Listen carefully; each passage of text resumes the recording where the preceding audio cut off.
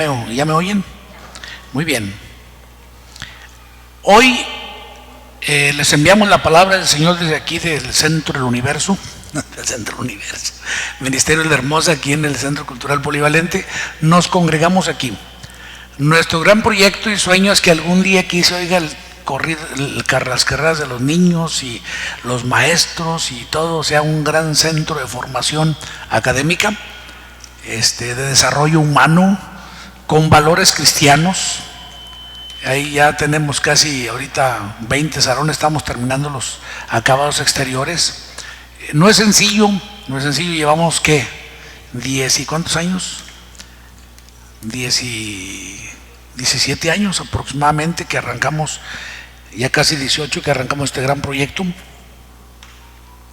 No es sencillo, hasta hay amigos, o entre comillas amigos míos que dicen, oye, pero no te desesperas, ya no existe nada. Y yo les digo, ¿cómo? Y luego este monote no es nada, ¿o qué? Eso es un gran edificio.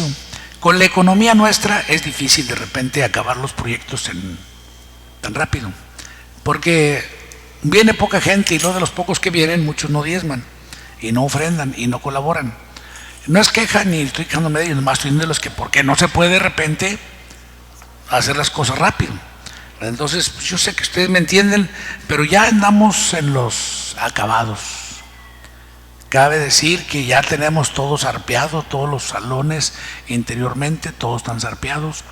Exteriormente estamos acabando el zarpeo.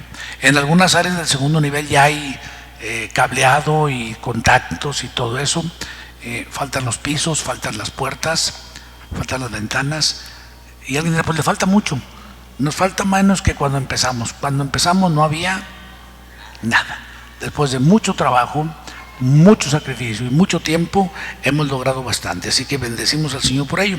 Y aquí estamos en este lugar que es nuestro centro de reuniones. ¿Ok? Entonces empezamos con un tema que voy a compartir de hoy, se llama la familia. La familia.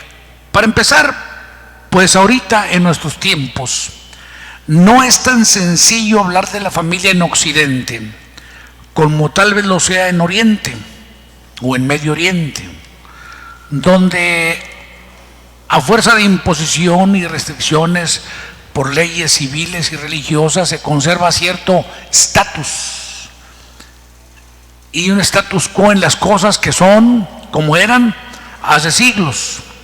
En nuestra cultura es muy diferente por diferentes razones y circunstancias. Desde la trinchera esta procuraré compartir con ustedes algunos conceptos. En primer lugar diré que la familia es el sueño de Dios. Dios quiso diseñar una familia. Cuando Él determina poner su espíritu y hacer a la raza humana, y así anótelo, a su imagen y semejanza, hombre y mujer, porque hay que decirlo así. Ya los que me siguen, los que están bajo mi enseñanza cotidiana, no necesito explicarles tanto que originalmente el humus, hombre y mujer, la raza humana, los Adanes, las Evas, existían como una especie de animales irracionales, bajo el dominio de un personaje que en aquel tiempo, no voy a entrar en tanto detalle, confórmese con que se los diga, porque esto ya lo he enseñado a los que me siguen más localmente, conceptualmente sustentado con pasajes bíblicos, gobernados por un personaje llamado Lucifer, que dicho sea de paso, no era malo, pero se corrompió, según Isaías capítulo 14 y Ezequiel 28, o sea, una persona que se corrompe es porque algún día fue buena, no se corrompe lo corrompido, se corrompe lo que es bueno, lo que es correcto, lo que tiene parámetros, lo que tiene principios. Este personaje, pues según las enseñanzas bíblicas, muy someramente nos enseñan que este personaje gobernaba aquí no solo, puesto que cuando es echado de la como nos dijera,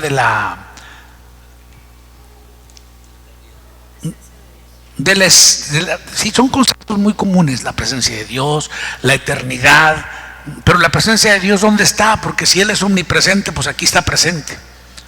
Entonces, conceptualmente, ¿qué es la presencia de Dios? No, lo saca sacan de ser un cortesano de Dios, de estar dentro del equipo de gobierno, de ser parte de los regentes del universo, y lo reservan, según uno de los apóstoles, para las tinieblas, prisiones de oscuridad, dice la Biblia. O sea, lo sacan de la luz, lo sacan de la bendición, lo sacan de ser parte del equipo de Dios, del eterno Yahvé de todos los tiempos, y pasa a ser un prisionero eterno.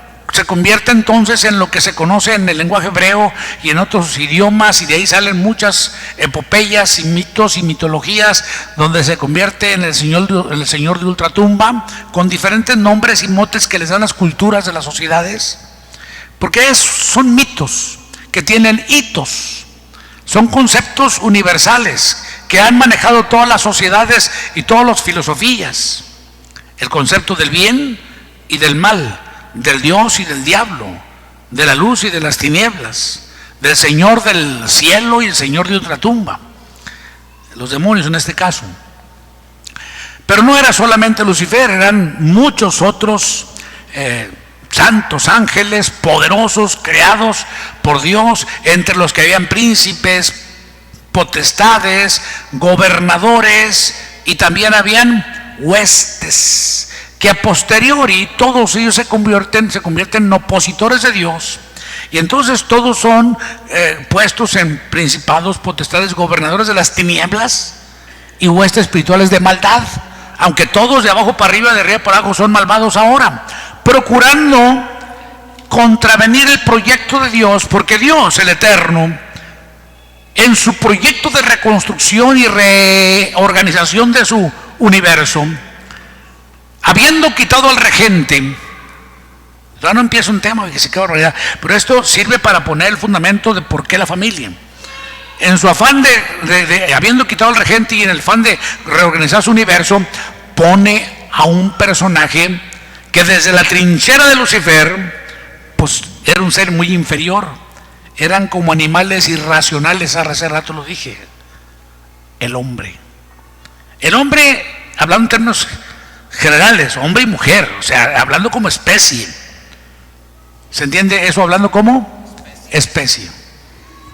Hablando como especie, porque eso es lo que somos. A veces nos peleamos porque tú eres hombre y yo soy mujer, o tú eres mujer y yo soy hombre. Así nos hizo el Eterno y se acabó la historia. Pues qué, nadie es más ni nadie es menos, nadie es superior ni nadie es inferior. Todos tenemos la imagen, porque algún día Dios, determinando retomar el dominio de su planeta, porque este es el planeta de Dios, ¿verdad?, lo empieza a reorganizar, empieza a reacomodar todo, empieza a ponerle orden al área de arriba, al área de la tierra misma, empieza a despertar y a ordenar que la tierra misma empiece a brotar la vida desde los genes que vienen en ella. Ahí está el punto de lo que la Biblia no dice, por lo que dice, los genes. ¿De dónde salen los genes? De lo que había vivido antes, de lo que había existido antes del gran juicio, cuando Lucifer cae y todos los ángeles, se hace un cataclisma, y no digo de la tierra nada más, sino un cataclismo universal. La tierra se descompone, los planetas se desacomodan, el sol deja de dar luz y empiezan a haber muchos conflictos. La luna, quién sabe dónde iría a rebotar por ahí, porque la gravedad de la tierra se pierde y las aguas empiezan a flotar, por así decirlo. Entonces Dios empieza a reacomodar todo. Obviamente eso, en nuestro contexto, lo pongo así, se lleva millones tal vez de años. Desde la perspectiva de Dios, pues son nada, minutos, horas, días, lo que tú quieras. Desde nuestra trinchera, humanos, pues obviamente son miles o millones de años. Quedan las marcas de la evolución, del rompimiento, del surgimiento de la tierra desde el agua. Eso está en la Biblia, no creo que lo estoy inventando yo. ¿Cómo se llama? Los continentes, o el continente que era uno solo, Pangea, de donde luego surgen todas las subdivisiones a causa de las placas tectónicas y cómo surgen las montañas desde abajo. Pues todo eso está en la Biblia, de cómo la tierra surge del agua. Por eso a veces encuentras allá arriba, en las montañas más altas del mundo, marinas, fósiles marítimos. La gente dice, ¿y luego? ¿Y por qué? Y el agua estaba acá arriba. Es que hubo un tiempo que más bien el agua no estaba arriba, la tierra estaba abajo.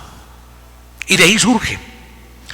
Todo eso está gobernado por un soberano inteligente al que nosotros le llamamos Dios en términos generales. Cómo se lo imaginen o cómo lo dibujen los demás es otra historia. A nosotros, digan conmigo a nosotros, a ver con más ganas. Los que leemos la Biblia y tememos a Dios, se nos dijo que no nos hagamos imagen ni de Él, o sea, ni de Dios, porque Él dijo, ¿qué imagen me van a componer cuando me han visto? Por eso no se hagan imagen ni de Dios. Las religiones te van a vender imágenes de lo que ellos imaginan.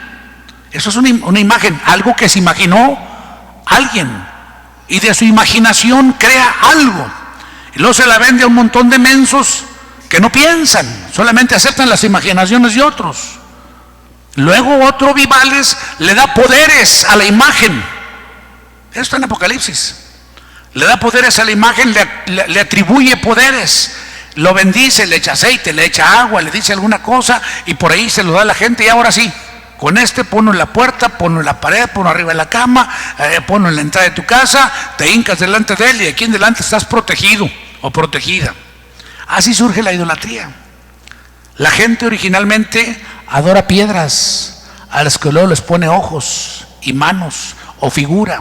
Puede ser humana, o puede ser de un planeta, o puede ser de alguna estrella, o puede ser de una mujer, de un hombre hermoso, de una mujer hermosa, o de algún animal, de un cuadrúpedo, de algún reptil, lo que quieras. Pero esas imágenes son oscuras, desarrollan oscuridad e impiden la luz de Dios en nosotros. Entonces Dios organiza todo y un día determina agarrar a ese ser inferior desde la perspectiva de Lucifer o Satán ahora, y toma al hombre y a la mujer, que son monos de lodo. ¿Qué son qué? ¿Dónde dice eso? La Biblia dice que los hizo del polvo de la tierra. ¿O no dice así? ¿Así que eran entonces? Y en esos monos de lodo un día decide soplar su espíritu, y en un quantum la raza humana, los humanos, se convierten en seres humanos. Y ahí empieza a cambiar el concepto. Seres humanos, porque el ser es lo etéreo, lo invisible, el espíritu.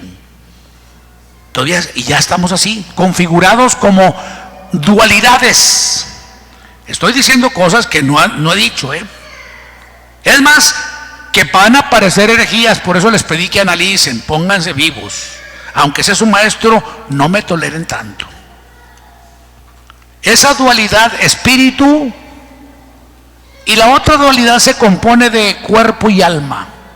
No son tres, son nada más dos. El alma pasa a ser, es parte del cuerpo. Te digo por qué. Porque es la memoria genética, la memoria histórica. Ese es el alma del hombre, para bien o para mal. Como es sermón no acepto discusiones, pero llévense las notas, por favor, y luego cuando quieran lo platicamos. Pero ahorita nada más, dándole la dualidad. Esta enseñanza es más o menos judaica, es lo que la escuela judía enseña. El hombre es cuerpo, y luego alma, juntos, y luego el espíritu, que es el que vuelve a Dios, que lo dio. En el Antiguo Testamento casi siempre encuentras esa dualidad, donde el espíritu vuelve a Dios y el alma y el cuerpo, ¿dónde quedan? Pues aquí. Por eso, como el alma de la creación estaba en la tierra, esa creación que se destruyó en el cataclisma, donde habían animales, donde habían plantas, donde habían bestias, donde habían peces, donde habían aves, donde habían hombres. Entonces Dios decide hablarle a la tierra y le dice: produce. La tierra iba a producir la hierba verde, e iba a producir bestias, iba a producir animales de toda clase.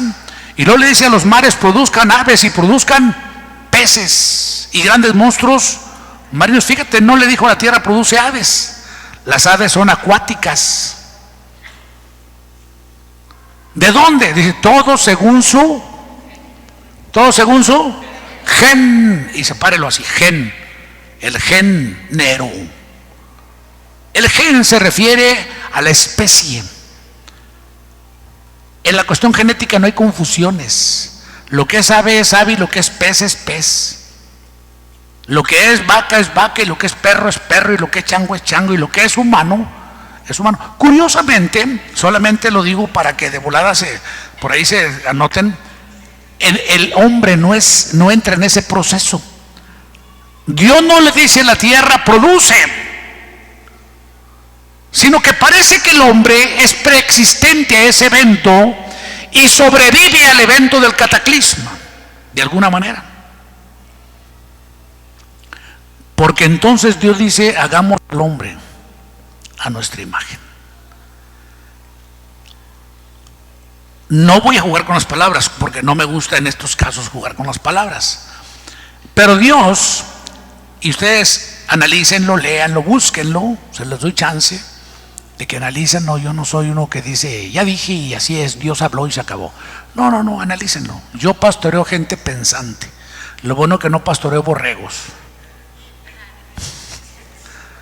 No, hombre, por favor, atrévanse. No pastoreo borregos.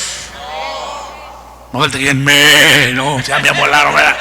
O sea, pastoreo gente pensante o lidero gente pensante, gente que no se va a comer todo lo que digo porque lo dijo el pastor. No, por favor, piénsenlo. A mí me gusta la gente que discrepa, la gente que dice, es que fíjese que aquí que está bueno. Ahorita porque ese sermón no hay chance, ya cuando sea enseñanza les doy chance, ¿ok? Ahorita agarre, anote todo lo que quiera y luego ya después me bombardean en la enseñanza, les doy chance. Pero parece que el que no entra es el humano, perdón, antes de ser humano, no entra el humano. Porque Dios lo había creado y lo había creado del polvo de la tierra, dijo, cuando dice Dios creó al hombre del polvo de la tierra. Pero luego después entra la cuestión de que dice hagamos al hombre. Cuando dice hagamos al hombre, entra en un proceso de transformar lo que ya está hecho, poniendo en él que su espíritu y dándole entonces intelecto y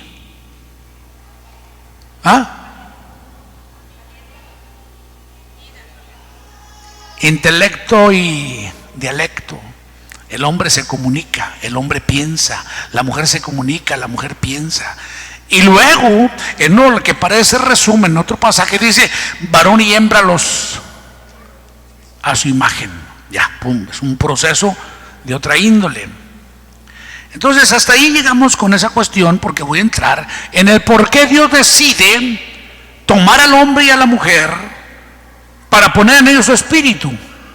No es por lástima, no es porque Lucifer había abusado de ellos, que lo soslaya la escritura, me parece que en Isaías, ¿verdad? Que Lucifer abusaba de aquellos que le servían o que trabajaban en equipo con él. Es ahí de la multitud y la grandeza de todas las ocupaciones que tiene y toda la adoración que puede llevarle al Padre y se queda con ella, que los humus, los adanes están aquí y son parte de esa pléyade, de ese grupo, de ese cosmos de gente o de entes o cosas o animales que gobierna y lo que lo lleva a envanecerse.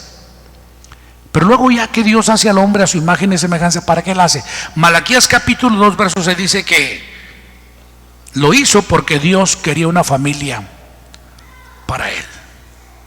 ¿Qué quería Dios? A ver si lo ponen aquí, Malaquías 2:6. Malaquías 2:6. 2:6, a ver, síguele más adelante. A lo mejor me equivoqué, pero sí es Malaquías capítulo 2. O déjalo, busco yo.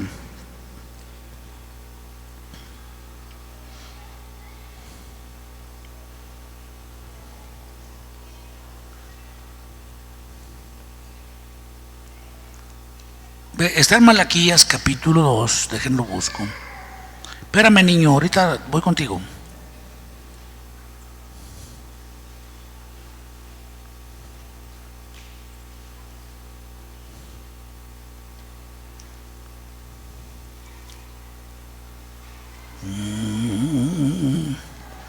Malaquías 2.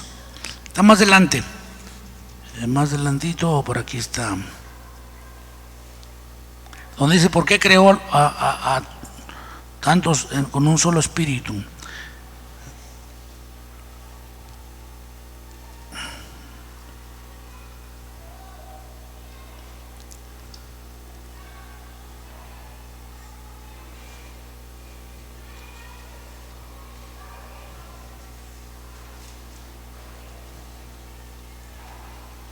Voy a tener que buscarlo.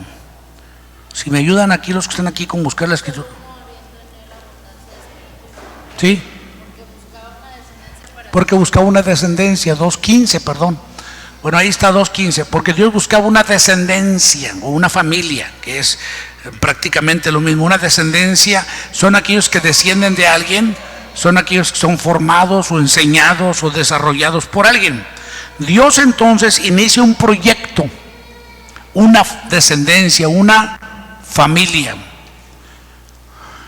Yo sé que contextualmente aquí se refiere a la familia de Leví, que Dios reserva para él, pero el texto bíblico no se refiere a la determinación de Leví de separar su familia para servir a Dios, sino que dice ahí francamente que no hizo el uno habiendo en él abundancia de espíritu.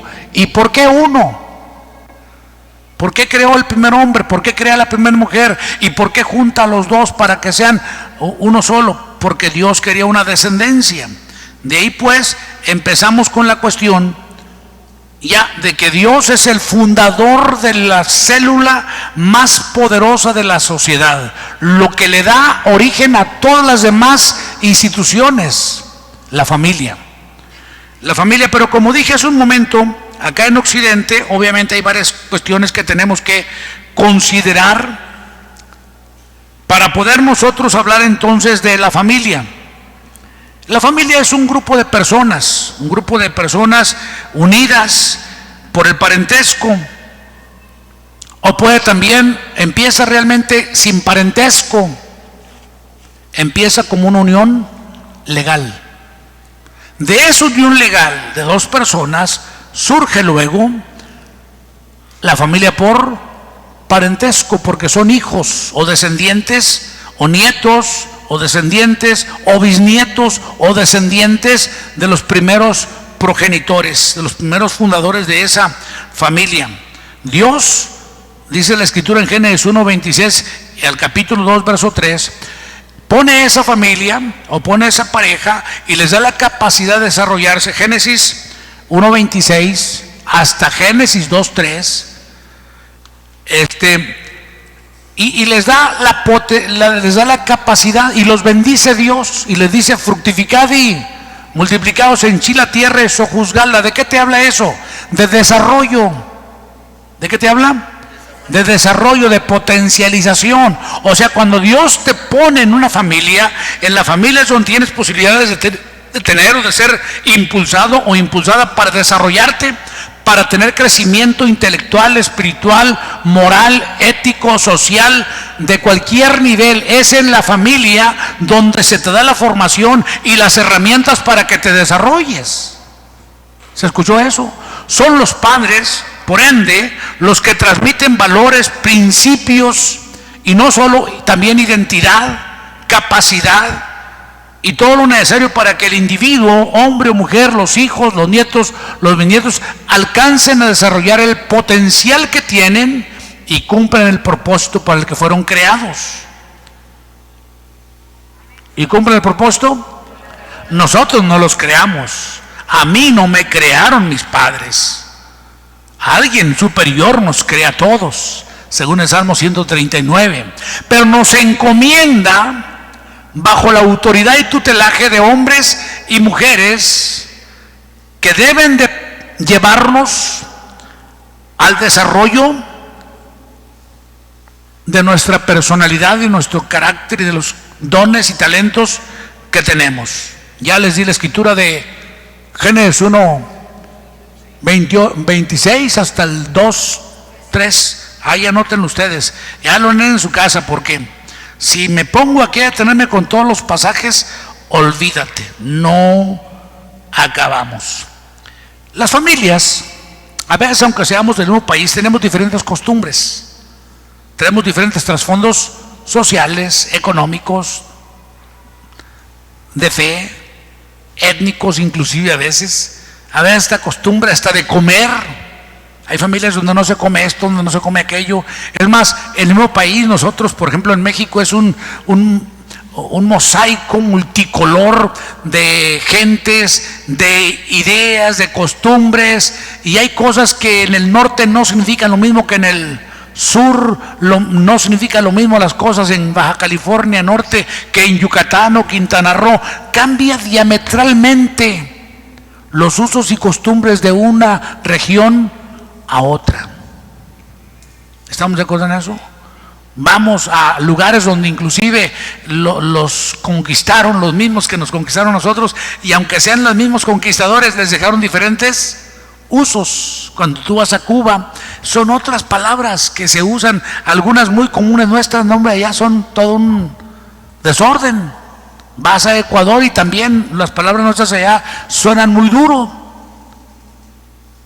Aquí en mismo México, una ocasión andando yo entre los mazahuas, oye, pues me hicieron juicio por una palabra bien simple que usamos en el norte muy seguido.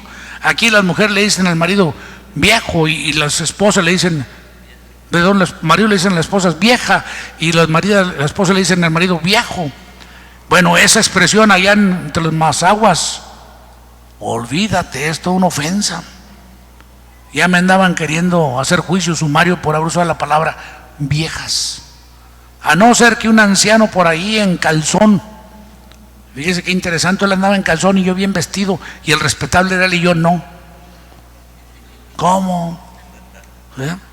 Pero son calzones de uso de allá de la raza de ellos, ¿no? Entonces, él dice, nomás dígame una cita, me dijo el hombre, me la puso bien fácil, una cita en la Biblia donde se use la palabra viejas. Y hermano Javiercito, no lo molestamos. No, pues me la puso bien fácil. Pues busquen tal escritura. Ahí Pablo le dice a Timoteo, no hagas caso ¿de qué? De fábulas ni de viejas. No, aquí está en la Biblia, hermanos. Se acabó la junta. Gloria al Señor. Lo bueno que era el mero jefe de ellos, el calzonero ese. Si no, olvídese. Si hubiera sido otro como yo, no, lo cuelan junto conmigo. Entonces, las familias cumplen funciones muy específicas, son las que le dan solidez a la sociedad. El desquebrajamiento de la familia amenaza con desquebrajamiento de las sociedades.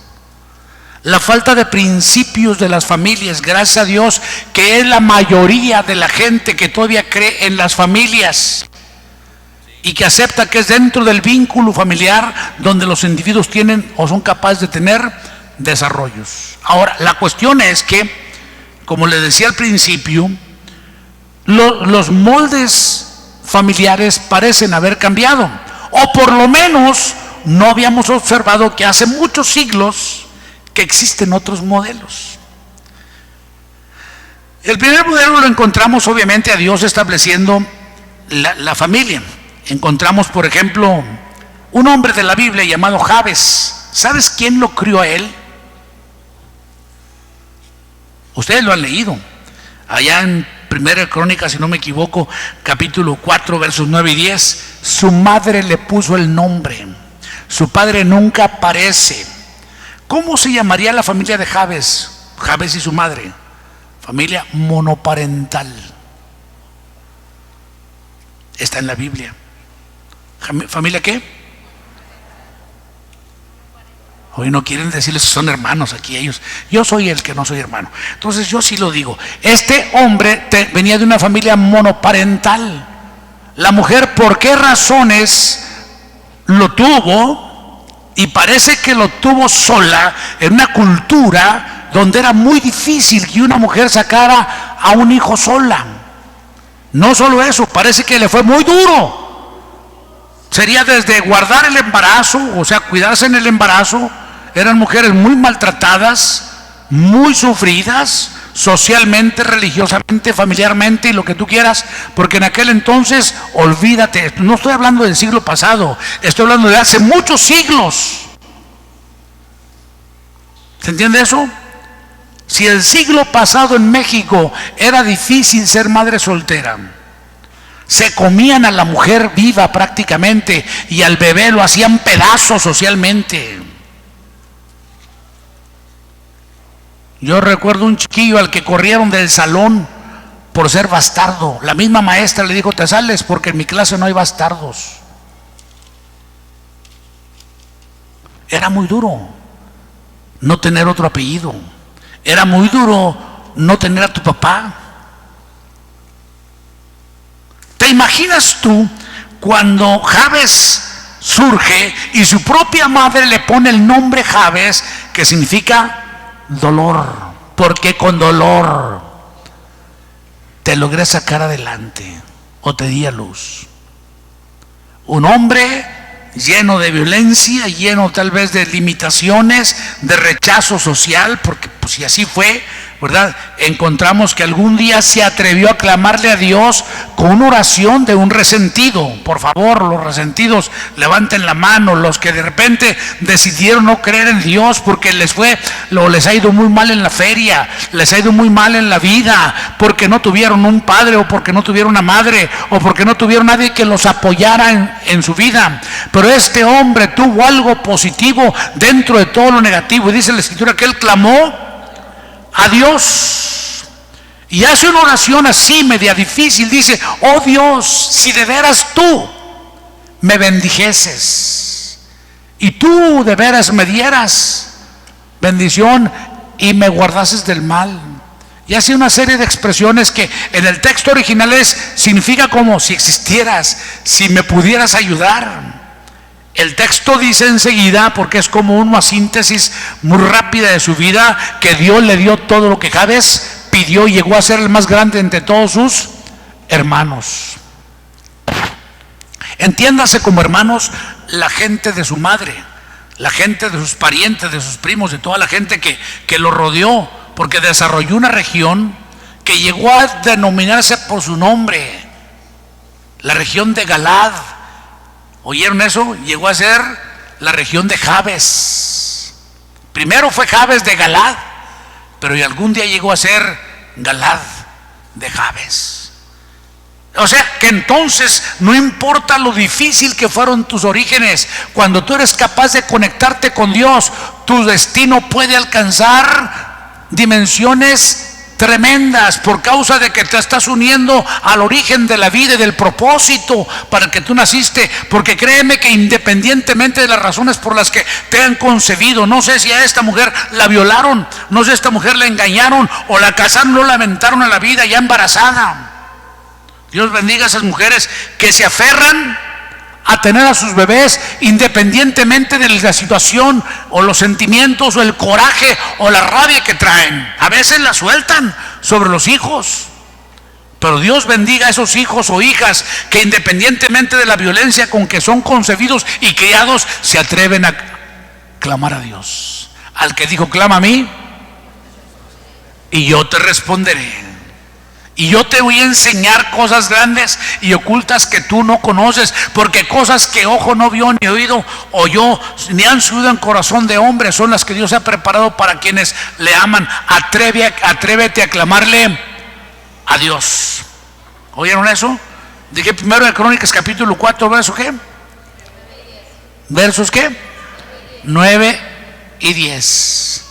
Hechos capítulo 12, verso 12. Nunca aparece la mamá de Marcos el evangelista. Chequen la Biblia, Marcos 12:12. Van a encontrar que la gente se reunía en la casa de María, la mamá de Juan, el que luego se denomina Marcos. ¿Ya está el texto? ¿Qué le dice?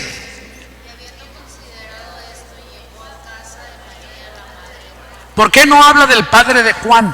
¿Por qué no llegó a la casa de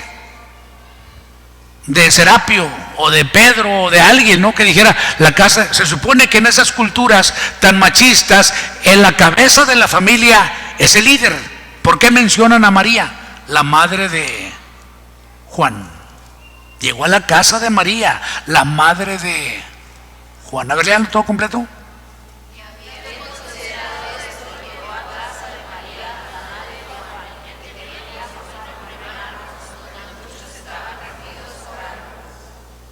Muy bien, aquí tenemos a María, la madre de Juan, que luego es el que lleva por sobrenombre Marcos.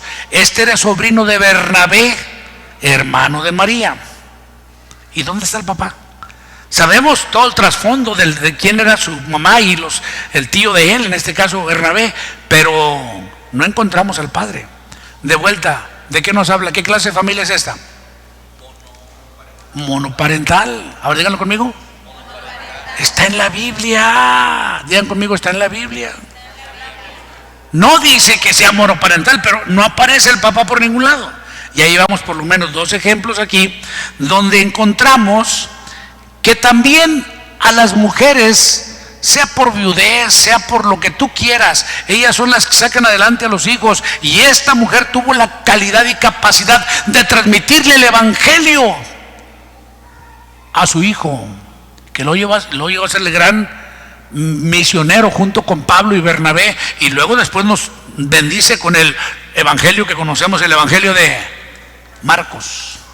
¿Sí? Ese no es de los que anduvo con Jesús, ese es de segunda o tercera generación, pero independientemente de lo que sea, fíjate que tuvo una madre que le transmitió algo muy glorioso, el evangelio de Jesucristo. Así que mujeres, dejen a un lado sus tristezas, sus amarguras y su coraje, y dedíquense a realinear a sus hijos a la relación con Dios, que es lo que los puede catapultar a la gloria permanente desde ahorita hasta los cielos. ¿Se escuchó eso? ¿Quién sabe? A veces suceden eventos malos en tu vida, y a veces tú lo que pasa es que te pasas repitiendo lo malo, amargada, resentida por lo negativo. Pues por lo menos llevamos ahorita 2 eventos donde hubo gente que se atrevió a transmitir verdades gloriosas. ¿Ok?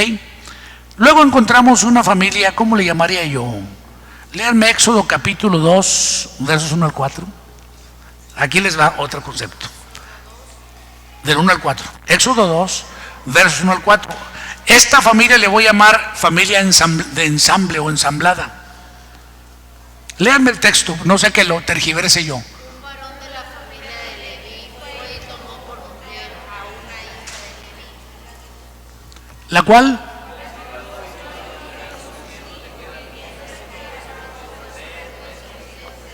Adelante.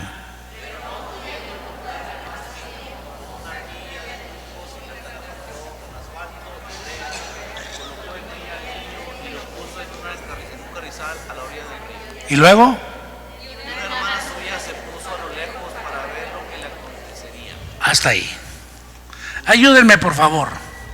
Ayúdenme. El texto dice que Moisés parece el primer hijo de esa relación. El texto dice lo que parecería ser que Moisés es el primer hijo de... Pero ya había otra familia. Había una hermana y había otro hermano. ¿De dónde vienen esos? Pues podrían ser hijos de Amram o hijos de Jocabed. Medios. Les dije que iba a hablarles cosas que no habían oído, ¿verdad que sí? Pero dícenlo, ahí está en la Biblia. Porque de repente somos tan confesados que cuando vemos gente que se recasa, los queremos quemar en leña verde. Bueno, ahí está en la Biblia. Un varón de la familia de Leví tomó a una mujer, y con ella tuvo un hijo. Ella concibió y dio a luz un hijo, un pequeñito que no hallaban qué hacer con él porque lo quería matar el faraón por causa de haber nacido en esa época. Ella hizo algunos movimientos ahí, lo metió calafateando una canastilla por ahí y lo metió al río. Su hermana, que era de 12 años en ese tiempo, fue a vigilar. No hermana de María, perdón, no hermana de Jocabed, sino hermana de Moisés, porque luego ya la encontramos grande la señora y era la hermana de Moisés, la hermana que aquí cuidó a Moisés en el río. Pero si checan, ya habían hijos de 12 años y de 10 años. ¿Y de dónde vienen entonces? De otras relaciones o relaciones anteriores. Esto puede significar que no, ya este pastor se deschongó. Pues no uso chongo, pero puede ser ya que me esté deschongando. Analícenlo, les doy chance. Lean la Biblia, no sé que yo esté tergiversando, la verdad. Pero el texto te dice bien claro. Entonces, ¿por qué? Porque no puedes dejar de considerar y aceptar que de repente suceden eventos donde un hombre queda solo o una mujer queda sola. Y entonces, por lo que sea, por viudez o por otro tipo de eventos. Y entonces en muchas sociedades esas personas quedan como marcadas para no buenas, no aptas para ningún tipo de desarrollo. Se acabó la historia para ellos. Bendito sea Dios que Él no es así.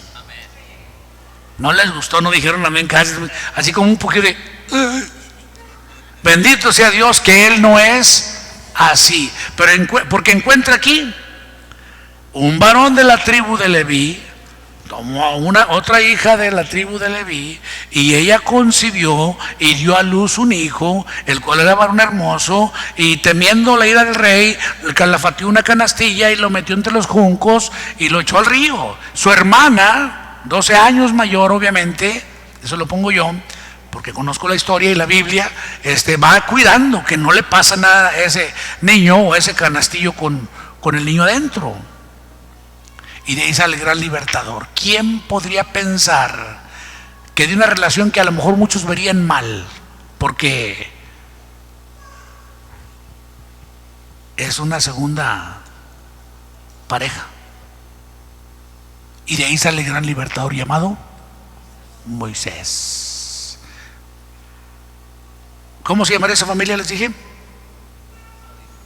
No, sí les dije. Ensamblada. Ensamble familiar, familia de ensamble. Viene esta familia, se junta con esta familia, ¿verdad? O un hombre que trae otra familia toma a una mujer que no tiene familia, o los dos traen un hijo cada quien. Tal vez Jocabed traía a Aarón y el otro, Amram, traía a María, y entre los dos procrean a Moisés, y total que entonces de ahí surge lo que luego tenemos como la gran familia, ¿verdad? Que viene a liderar la libertad de Israel, el desarrollo y establecimiento de principios en un pueblo que no los tenía. Bendito sea Dios que nos da otra oportunidad. Bendito sea Dios que nos da y que no nos manda a quemar en leña verde. Que no nos manda a quemar en leña verde diciendo, ese ya no me lo pongan ahí. Las religiones sí son así. A veces hasta las peores religiones son muy exigentes, ¿verdad? Pero bendito es que no es así. Entonces ya encontramos, a ver cuántos tipos de familia llevamos. Número 1, monoparental, ensamblada, familia biparental, donde están papá y mamá, donde ahí están papá y mamá. Se podría usar el mismo ejemplo, porque ahí delante desarrollan a María, a Aarón y a Moisés, quien Amram y Jocabed. Pero les voy a dar chance, vamos a poner a Abraham. Abraham, el mejor ejemplo de todos los tiempos, amén. No, ¿verdad que no? Pero él se queda con Sara, sus estrellitas a un lado, pero vamos a dejarlo con Sara, y tiene a su hijo Isaac, y lo desarrollan. Y lo bendicen, lo potencializan, e Isaac llega a ser todo aquello que Dios ideó que fuese, y finalmente es el papá de Jacob y Esaú, quien luego Jacob es el padre de 12 príncipes, y Esaú también es el padre. No, ¿verdad que no? Es Ismael el que es padre de 12 príncipes. De ahí salen los emires o emiratos.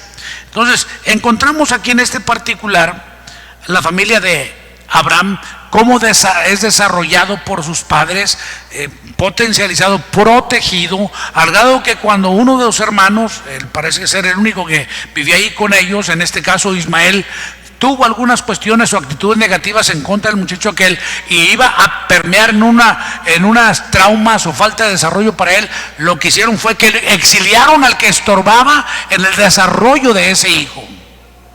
Ahorita no me voy a meter en otro detalle, ni me voy a preguntar si estuvo bien o estuvo mal. Ya han oído de mí lo que yo pienso de ese particular. Pero en este asunto, en cuanto a la necesidad de cubrir al heredero, al hijo de la promesa, hicieron lo que había que hacer. hicieron lo que había que hacer, y esa es la familia. ¿Familia qué? Biparental, donde están, o le llaman heterosexual, donde hay un hombre y una mujer. Venimos de historias donde posiblemente había un padre, donde más que todo hemos visto donde hay solamente una madre, y vuelvo a decir, Dios bendiga a las mujeres que independientemente de las trabas, de los problemas que tienen que enfrentar, sacan a los hijos adelante, luchan por ellos, se meten a lavar ajeno, a planchar ajeno, o se ponen a hacer otro tipo de cuestiones, pero todo lo hacen con el afán de algo que creo yo que en esta generación se está perdiendo. Si les proveemos prácticamente todo, los traemos hasta con ropa de mercadito, digo de mercadito, ¿verdad? Los traemos con ropa de garrerías, vamos a las garras y les compramos y le echamos ganas y les compramos tenis, y ahí los traemos bien vestidos, buscamos el celular, la tablet, para que no se me quede, que nadie me lo haga menos. Ya andamos en friega, papá y mamá, o el papá o la mamá, pero algo que estamos dejando de lado es sembrarles el valor principal, el temor de Dios, que es el padre y fundamento de todos los valores, que ahorita voy a compartir unos cuantos, ¿verdad?, que creo que la familia debe impartir. Es para eso que es la familia, independientemente de cuál sea la denominación de la familia debe transmitir valores, debe transmitir valores, y el principal de ellos es el temor de Dios, porque el temor de Dios desarrolla gente sabia. Pues la Biblia dice que el principio de la sabiduría es el temor de Jehová. O sea, el principio de ser sabio. Para ser sabio hay que tener temor de Dios, porque ahí se desprende la honra a los padres, el respeto propio. Por ejemplo, nomás fíjese, ya entré en dos temas así bien pesados de volada. ¿Por qué la gente no tiene autoestima ni valor propio? Porque no respetan a sus padres. Y a veces no respetan a los padres porque les ven los defectos, porque les ven los errores. Inclusive hay muchachitas o muchachitos cuya madre soltera lo está criando, que les echan en cara el no tener padre. Pues fíjate que gracias a Dios que como quiera tu madre te está sacando adelante, o tu padre te está sacando adelante. Y si luego ese padre o madre tiene temor de Dios, no debías tú de ponerte en el papel de juez, porque no te ha tocado vivir la vida que ella o él han vivido.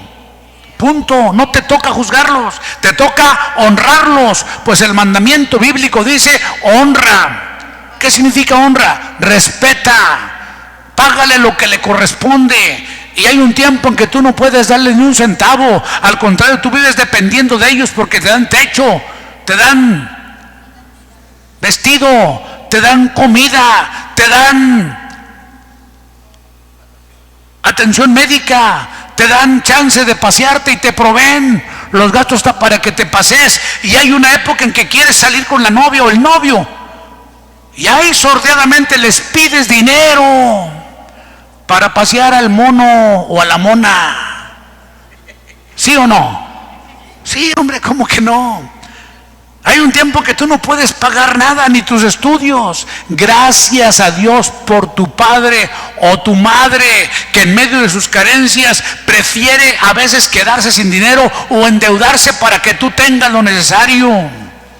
Entonces, ¿qué merece tu madre o tu padre en lugar de la deshonra o la falta de respeto? Merece honra y merece respeto. Pero cuando tú no lo respetas a ellos, es que no te respetan ni a ti mismo. Cuando tienes temor de Dios, aprendes a respetar y a honrar a tus padres, y entonces por consecuencia a respetarte a ti mismo, porque tienes un valor muy, pero muy importante. De ahí pues entonces, cuando hablamos de las familias, hay gente que es familia. Mira, la iglesia es configurada, y el contexto bíblico dice que somos ¿qué? Familia de Dios, donde hay un padre y vemos muchos hermanos. Algunos venimos, y me cuento entre ellos, de situaciones donde no teníamos prácticamente más gente. Empezamos a congregarnos y empezamos a ser bien recibidos en la congregación, y fue donde encontramos acogida familiar. ¿Se escuchó eso? Fue donde encontramos ¿qué? como de familia, nos empezaron a tratar con respeto, con cuidado, con cariño, nos empezaron a impulsar, ya a través de los sermones o a través de los consejos de las personas mayores en nuestra congregación, que nos empezaron a animar a salir adelante, establecer valores en nuestras vidas. La iglesia entonces también es una familia, y que no sea una familia disfuncional, sino una familia donde funcionen las cosas, una familia donde tenemos a Dios como centro de todo, una familia donde hay respeto, donde Pablo, por ejemplo, al ministro Timoteo le dice: mira, a las mujeres tú trátalas de esta manera, a las jovencitas como a hijas, o como hermanas, porque creo que Timoteo era joven, como hermanas, a las mayores como tus madres. Tienes que tener respeto por las hermanas. Y yo diría, agregando un poco, sin que quiera que se escriba en ese pedazo de la Biblia, a los hombres como hermanos y a los mayores como padres. Cuando aprendemos a respetar a la gente, a tener valores, a tener principios, venimos desencajados, venimos de una sociedad sin valores, donde no hay respeto por nadie, donde a veces fuimos lastimados, donde debíamos ser sanados o cuidados. Y entonces no confiamos en nadie, traemos suspicacia, traemos resentimiento, y llegamos a la iglesia y venimos con mucha incertidumbre, desconfianza y suspicacia hacia la gente que nos rodea. Pero la iglesia debe ser un centro de atención y desarrollo para cada uno de nosotros. En la familia debemos de aprender a desarrollar inteligencia emocional a través de vencer los miedos, a través de sobreponernos a todo aquello que sobreviene. José es parte de una familia muy grande, una familia que lo lastimó. Por un lado, su padre, que era una familia, dicho sea de paso, de alguna manera monoparental, porque Jacob cría a sus hijos, es el que aparece en el centro de todo, si lo checan. Y luego se le muere la mujer, madre de José y madre de Benjamín. Y entonces él se encarga de ver por ellos, de arroparlos, de cuidar a esos dos bastante. Los otros hijos, Rubén, Judá y los demás, se resintieron en contra del papá y la agarraron en contra de su hermano. A veces sucede en las familias, que a veces alguien de la familia lastima a otro miembro. No debe suceder, pero sucede. No es que el padre o la madre lo han lastimado, a veces los hermanos lastiman abusivamente a los menores, a los menos capaces. Yo vengo de una época cuando los padres inclusive le decían al hermano mayor o al hijo mayor: mire, hijo, cuando yo no esté, usted ocupa el lugar de su padre. Golpea a sus hijos, a sus hermanos, corrija a los hermanos. Y entonces el abusivo del hermano mayor, que nunca había tenido ningún hijo, agarraba ese papel y era el golpeador, era el abusivo. Es más, a veces hasta la misma mamá llegaba a querer pegarle porque era el hombre de la casa. Fíjese la expresión, eso se usaba en tiempos pasados, no sé, todavía en algunas latitudes. Pero nunca tu hijo debe ser el hombre de la casa. Si tu esposo no está, tu hijo no puede ser el hombre de la casa. El hombre de la casa es tu marido. Y si tu marido no está, tú te toca ser la que saques uñas y dientes para defender a tus hijos, y nunca le dejes el lugar de autoridad a un hijo o hija tuya, porque generalmente será abusivo o abusiva. En los años que yo tengo, aunque no tuve modelo de familia muy bien, yo puse esa regla en mi casa: ningún hijo mío puede arreglar o regañar a mis hijos. Mientras yo esté, soy yo, y si no está, es su madre la que tiene que corregirles, nadie más. Así de sencillo es. ¿Por qué? Porque no son tus hijos. Por eso no puedes tú echar mano de ellos, ni corregirlos, ni gritonearles, porque a veces los hermanos mayores son muy autoritarios, como si fueran la perfección andando. Mira, los únicos para hablar fuerte en la casa son los papás, se acabó. Y en ausencia del padre, la madre. Yo espero que tengan temor de Dios, porque estoy seguro que no me dirijo solamente a cristianos. Ahorita en las redes me pueden estar viendo hasta gente que difiera de lo que yo predico y de lo que yo enseño, y que difieran de la fe que yo tengo. pero no estoy predicando cuestiones religiosas, estoy predicando principios básicos para el buen desarrollo de una familia conforme las Sagradas Escrituras. Hablé de que Abraham llegó el momento en que tuvo que tomar el toro por los cuernos y corregir a un hijo suyo. La disciplina fue sacarlo del entorno de su hijo menor, a quien parecía que estaba afectando fuertemente. ¿Sí? En este caso, hablando de Jacob, Jacob perdió un hijo. Pero a mí lo que me encanta es de este otro José, porque es él del que voy a hablar en este momento. Fíjate cómo él recibió seguramente el amor de su madre, no sé cuánto tiempo la disfrutaría. Luego el amor de su padre. Y eso le duró porque su padre le metió algo hasta la médula: el temor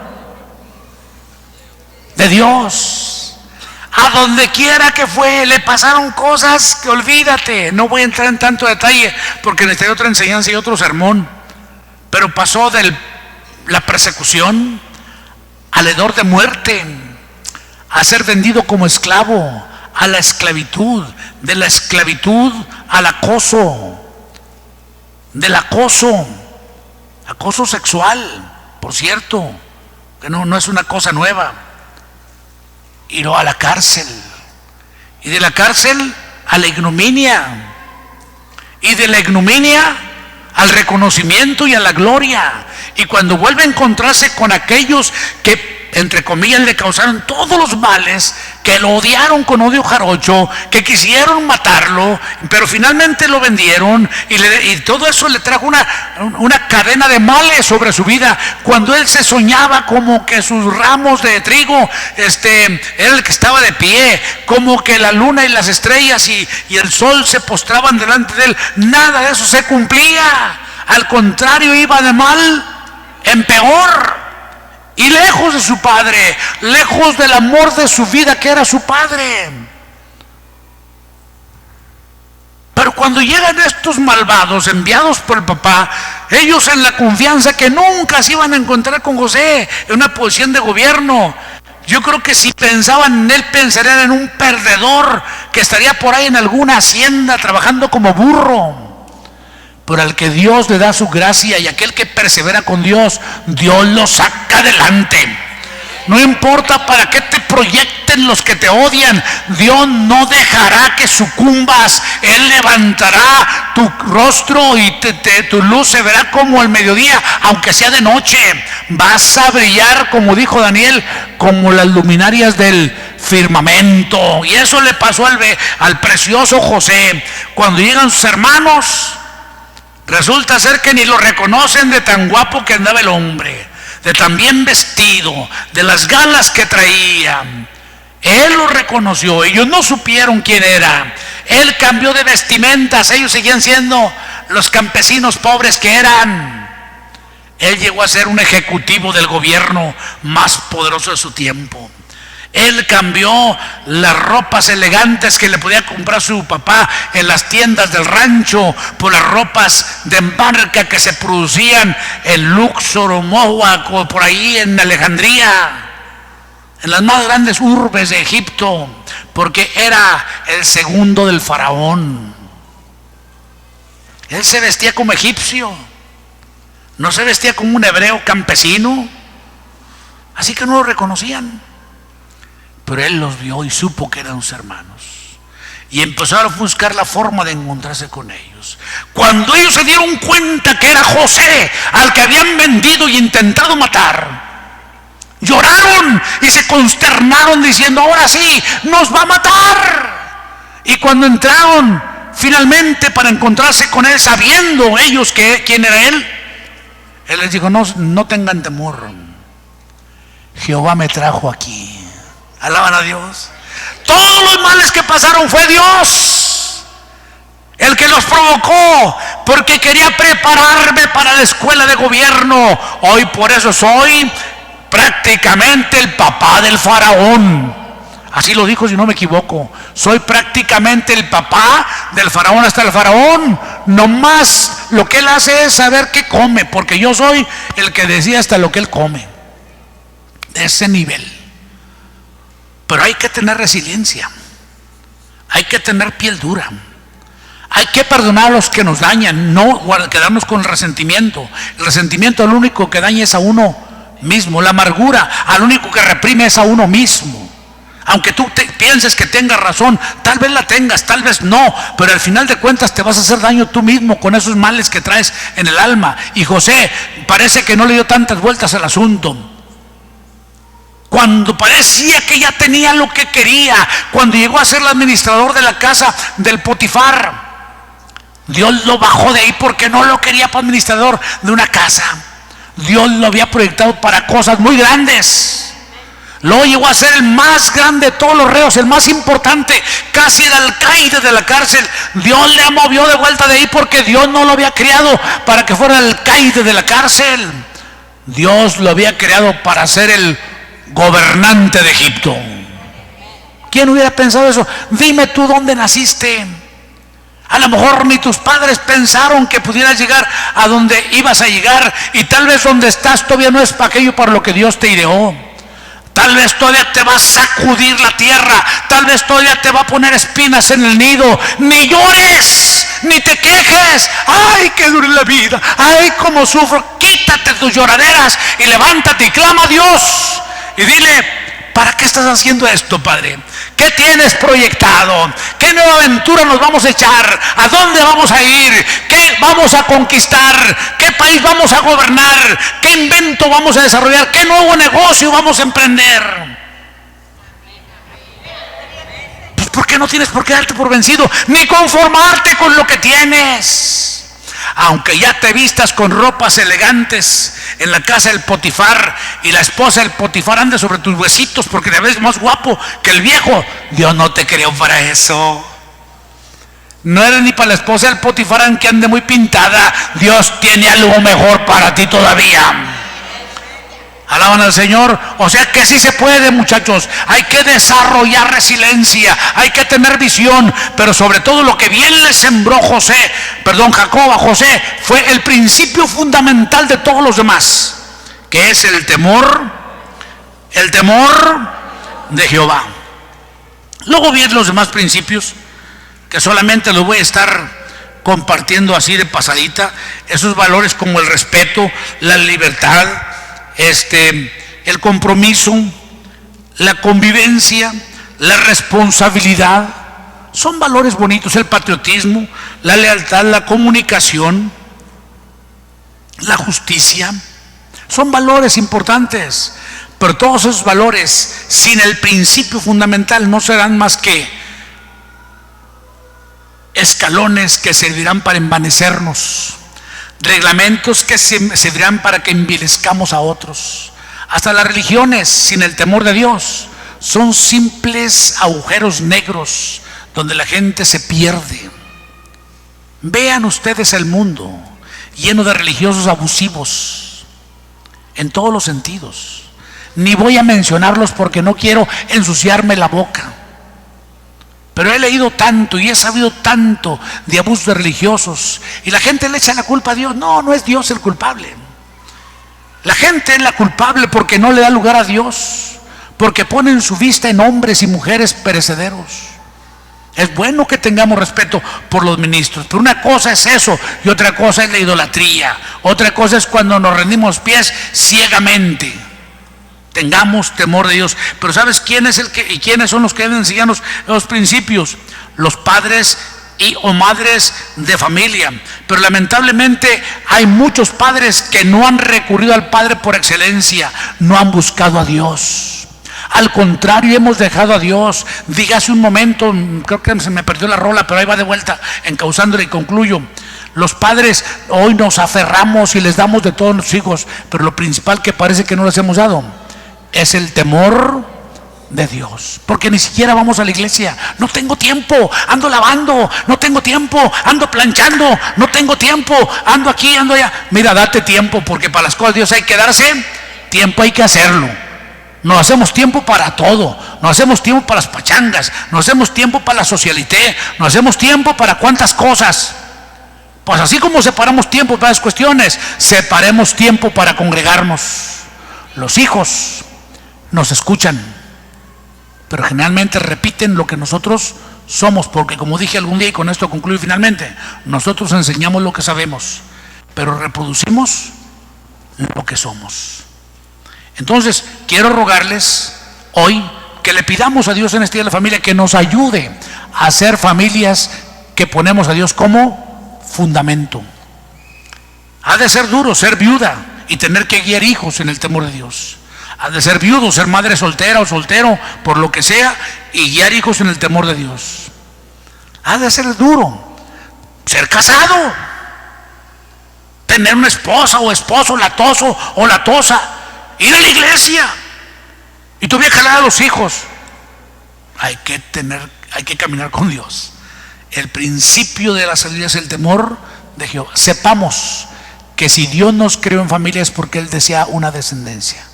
¿Podremos portarnos como descendientes de Dios? ¿Podremos imitar y retuitear el gran ejemplo de Dios como Padre, ya que nos ha concedido ser padres o madres de familia? Hoy es Día de la Familia, o celebra el Día de la Familia en México.